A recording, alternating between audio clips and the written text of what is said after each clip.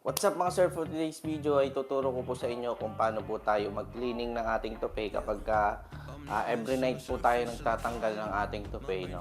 O bago matulog or saan natin kakabit kinabukasan. Ito po ay para dun sa mga taong o mga user na hindi makatiis nung kate. No, kasi ang cause po ng kate natin mga sir, yung mga natuyong pawis and yung kapag nag-melt na yung tape. So yan, nagsisimula na yan mga te. So normal lang naman yun kasi may nakapatong sa ulo natin. So ang technique natin dyan, no, optional naman to, pwede naman gawin nyo at pwede hindi nyo din gawin. So optional lang po ito. Tatanggalin nyo every night. So every night nyo tatanggalin. Then kinabukasan, after nyo maligo, after nyo mahugasan yung tupi nyo, ay saka nyo po ikakabit ulit. No? So tuturuan ko po kayo paano po yung gawin. So tara! So, pagka gabi sir, inyo pong tanggalin yung inyong tope, no? And ipatong nyo po dun sa may, kung meron man kayong manikin, ay ipatong po ninyo dun para mas safe siya. Hindi magdikit yung buhok niya dun sa may adhesive. So, ganyan lang. Then, in the morning, ang gagawin nyo lang ay kunin nyo dyan sa manikin. Tapos, linisan nyo na siya dun sa kung saan nyo siya lilinisan. Then, ito ipapakita ko kung paano siya linisan. So, ang una nyo gawin mga sir ay inyo pong basahin muna ng tubig. No? Then, pagka binasahan nyo na siya, lagyan nyo siya ng conditioner. So, pag-apply ng conditioner sir, make it sure na malagyan lahat ng buhok, ano? Kaya, ganyan yung ginagawa natin. Malagyan lahat ng buhok niya. Dahan-dahan lang mga sir, ano?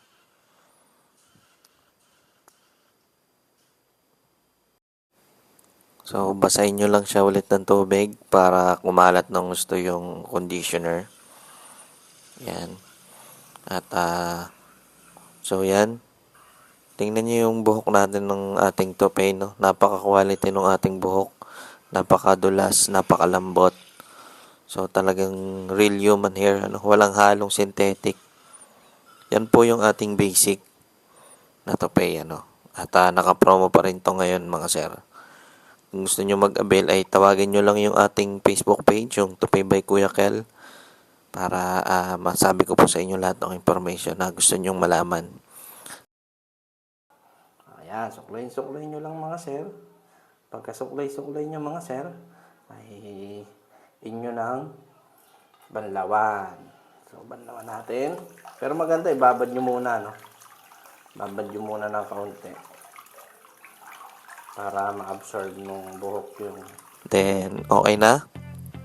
Pagkatapos nyo pong banlawan, ay inyo pong i-blower, no?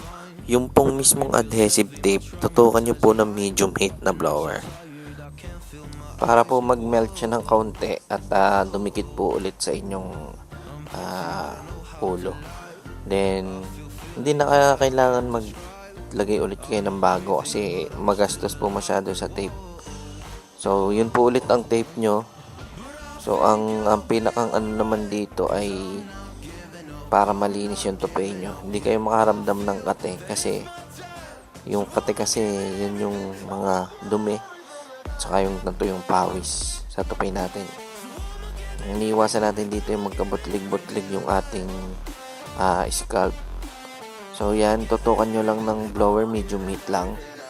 Yung pinakang adhesive tape. So ganyan lang mga sir. At pagkatapos nyo dyan ay saka nyo na po ikabit ulit yung inyong tupay. So sana nakatulong ito. Hanggang dito na lang. Peace out.